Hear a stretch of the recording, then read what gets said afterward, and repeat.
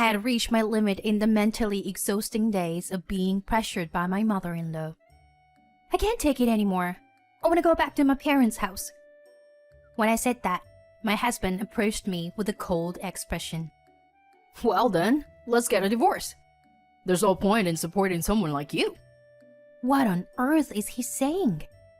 After that, both my mother-in-law and husband fell into a complete breakdown. My name is Blair. I'm 35 years old and work in an advertising agency. I had been so focused on my work that I hadn't had any opportunities to meet someone. Blair, you're already 30. Have you thought about getting married? Yeah, but I'm not really interested in that kind of thing. At that time, my parents gently urged me to consider marriage. However, I purposely avoided having any interest in marriage back then. I lacked confidence in myself when it came to romance. In fact, I had become quite timid when it came to romance. I was afraid that even if I desperately tried to find a boyfriend, we would break up before reaching marriage. I didn't want to be filled with expectations and then be betrayed. Just the thought of it made my heart ache. I had been through a terrible breakup with a boyfriend in the past. I thought he cared for me, but it turned out he was cheating on me with multiple women. When I confronted him about why he would cheat, he made cruel remarks. If you eat French cuisine and high-end steaks every day, won't you get tired of it? Don't you ever feel like having something light and subtly flavored? Huh?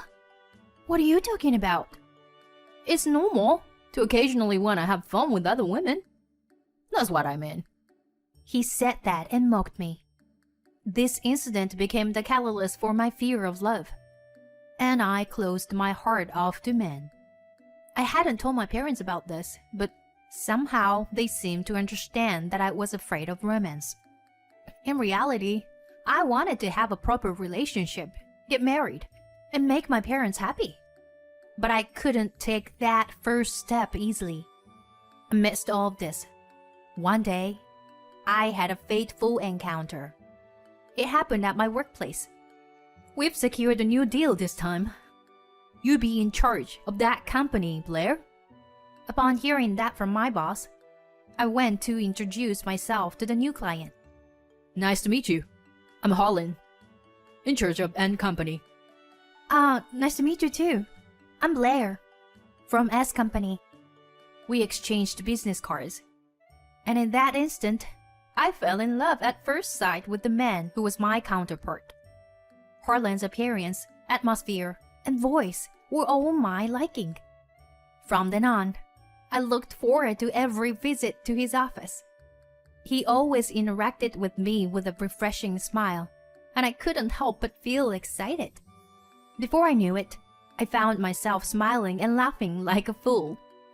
But of course, I still managed to handle my work perfectly. Blair, you're really capable at your job. There's a lot I can learn from you. No, that's not true at all. Oh, come on. You don't have to be so modest. By the way, if you were interested, would you like to have a meal together sometime? Whenever you're free, after things settle down with our current project. Yes, definitely. I naturally accepted his invitation to have a meal together. The old me would never have done such a thing. Strangely, I felt naturally inclined to accept his dinner invitation. A few days later, we went out for a meal after work. He was very gentlemanly, and the conversation was incredibly enjoyable. While he was serious during work, in private, he had a great sense of humor and was friendly and cheerful.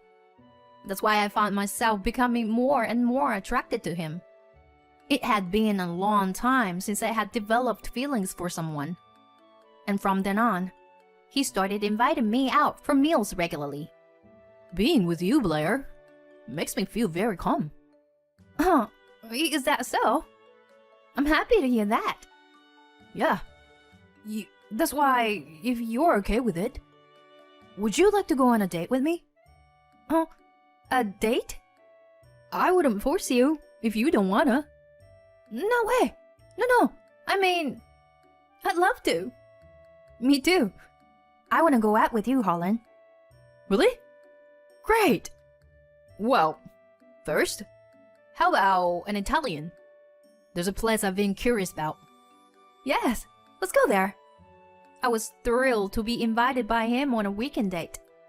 I even bought new clothes for the occasion after a long time. With determination, I embarked on a date with Harlan. That outfit looks good on you. It suits you very well. Oh, thank you very much. He praised the new clothes I bought, and I thought he was a caring and kind person.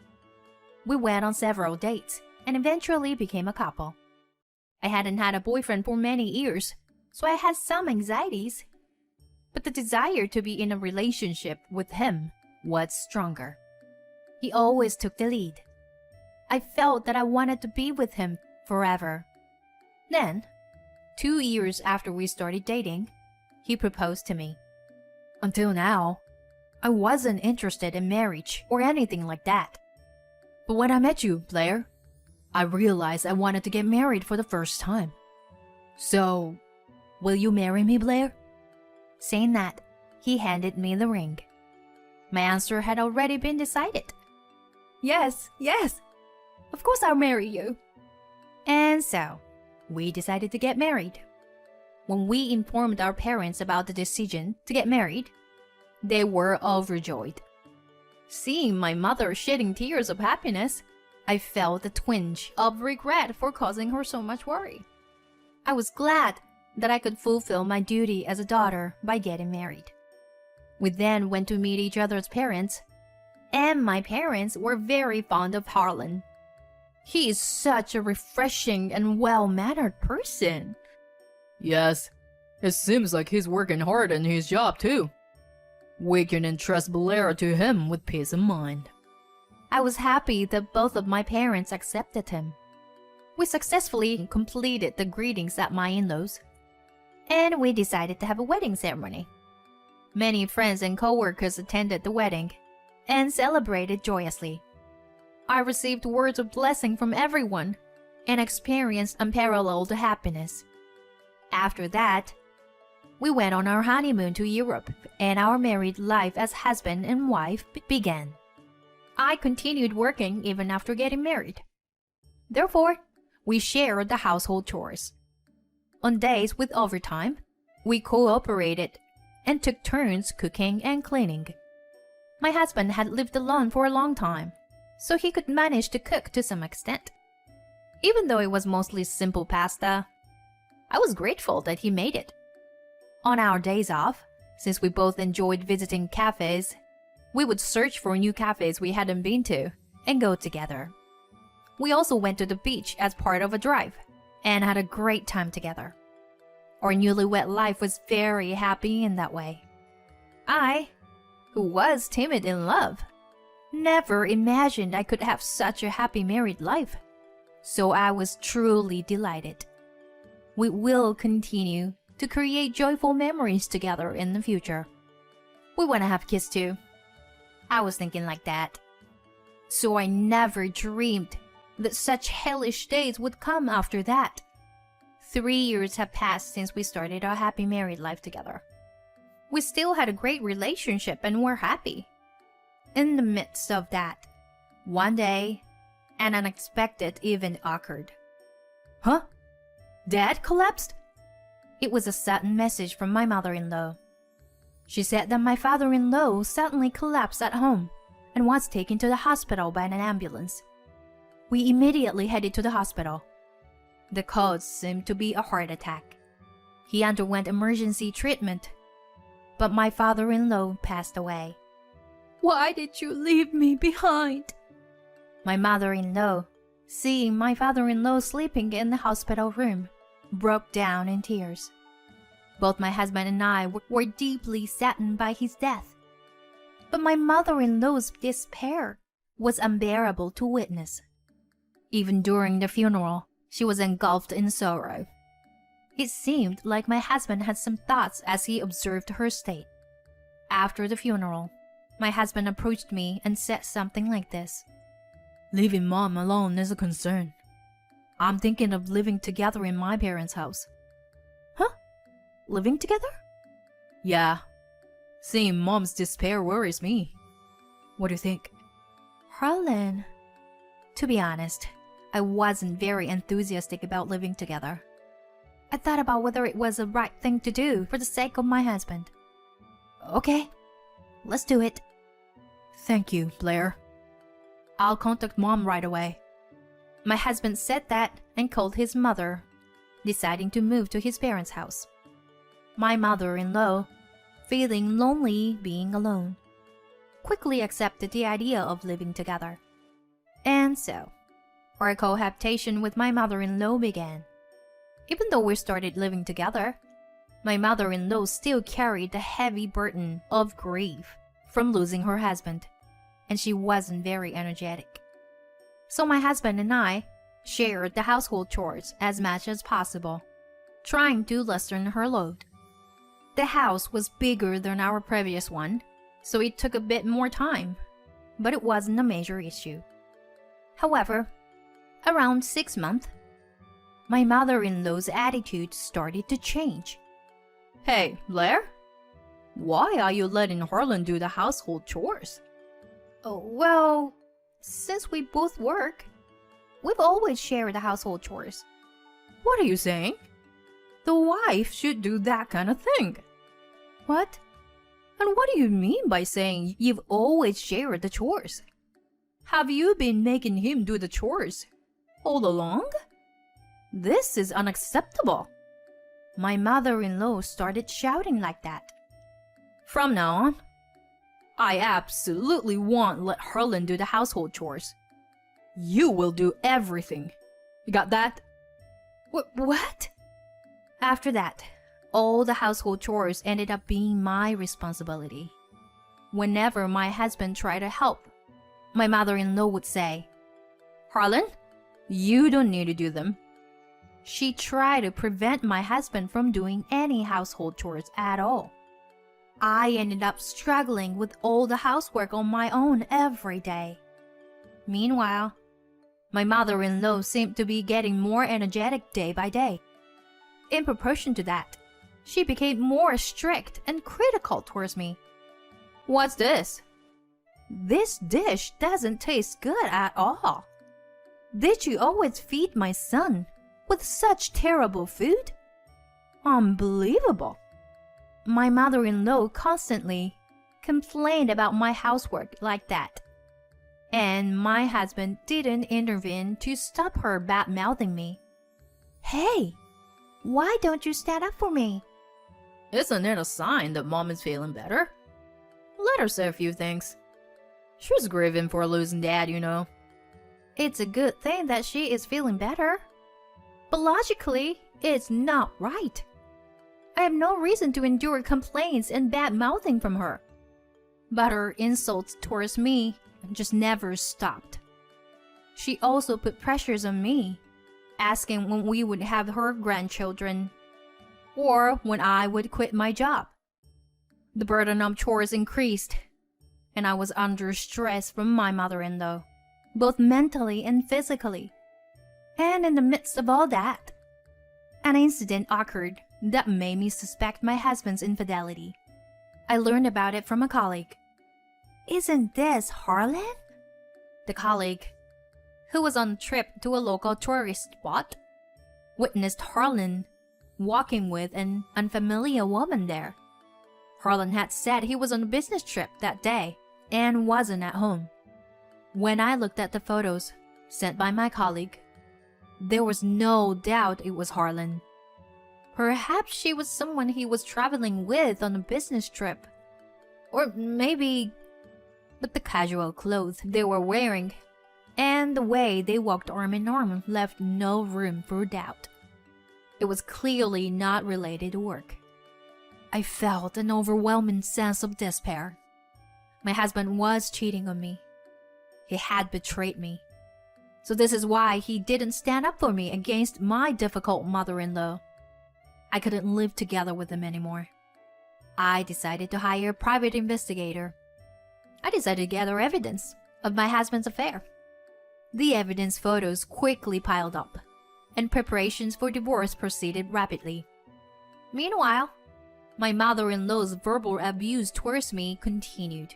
Or rather, it got even worse. My husband still didn't do anything to stop it. He simply had no interest in me. I guess he was too preoccupied with his affair partner. Amidst busy work and household chores, I managed to find some time and finally completed the preparations for divorce with the help of a lawyer. Every day I was mentally cornered by my mother-in-law, and I had reached my limit. One day I called my husband and said, "I can't take it anymore. Please let me go back to my parents' house. Your mother's attitude towards me is just too terrible." Upon hearing this, my husband responded with a cold expression. If that's what you want, then let's get a divorce. There's no point in supporting someone like you. I've been frustrated, with the fact that I have very little money to use. I couldn't understand what he was saying. I earn my own money, just like him. My salary is not any less than his. Furthermore, I do all the household chores. In an instant, my remaining love for my husband vanished. Well, there was no other choice but to divorce, especially considering his affair. Fine, let's get a divorce. My husband was surprised by how readily I agreed to divorce. There was no reason to hesitate anymore. The following week, I immediately began the divorce proceedings. I started packing my belongings to return to my parents' house. That's when my mother-in-law said, Did you decide to get a divorce by any chance? I always thought that a woman like you wasn't a match for Harlan. She continued to belittle me, even now. And my husband joined in and laughing alone. Yeah, you're right, Mom. I'm glad that the divorce is happening. Ignoring the two of them as they laughed, I left my in-law's house. Afterward, both my mother-in-law and husband experienced a rapid downfall.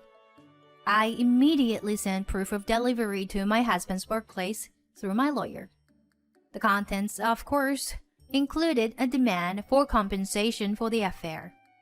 I also claimed compensation for the mental anguish caused by the constant harassment from my mother-in-law.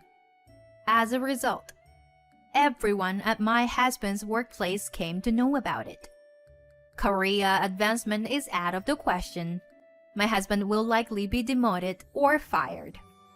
As for the affair partner, she couldn't bear the cold stares from her surroundings and voluntarily resigned.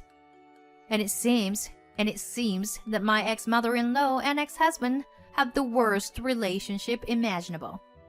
It's because of you, Mom, that I have to pay a large amount of compensation. What did you say? It's because you had an affair. It seems that my ex-husband blamed my ex-mother-in-law, and they cut ties with each other.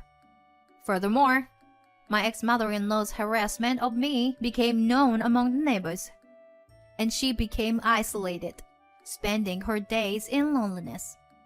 On the other hand, I have been living with my parents and working hard on my job. In the summer, I decided to move out of my parents' house and purchase a new home.